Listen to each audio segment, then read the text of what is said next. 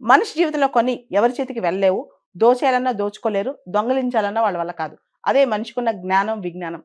ప్రపంచంలో ఏదైనా పోగొట్టుకోవచ్చు. మనిషి తను చేసే ఉద్యోగం పోగొట్టుకోవచ్చు. తన దగ్గరున్న డబ్బులు పోగొట్టుకోవచ్చు.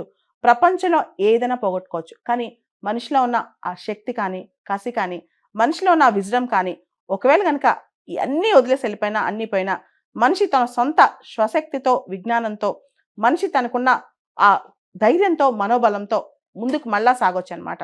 చరిత్రలో మీరు వినే ఉంటారు. చాలా గొప్ప కథ ఒకటుందనమాట.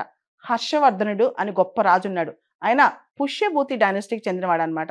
ఆయనలో ఒక గొప్ప లక్షణం ఉంది. పెద్ద చక్రవర్తి ఆయన. యుద్ధాలు చేస్తాడు, అన్నీ సాధిస్తుంటాడు. అన్నీ అంటే ప్రపంచంలో ఆయన జయించలేనివి చాలా రేర్‌గా ఉంటాయనమాట. అంత గొప్ప మహారాజు ఆయన. ఆయన 5 సంవత్సరాలకొకసారి తనేదైతే సామ్రాజ్యాలు జయించాడో, తనేదైతే సాధించాడో అన్నీ ఇచ్చేస్తాడనమాట. ఇచ్చి మళ్ళా స్క్రాచ్‌కొచ్చేస్తాడు. అంటే కిందకొచ్చేస్తాడు. మళ్ళా అప్పటి నుంచి తన లైఫ్ స్టార్ట్ చేస్తాడనమాట. జీవితంలో గొప్ప పాఠం ఇదే.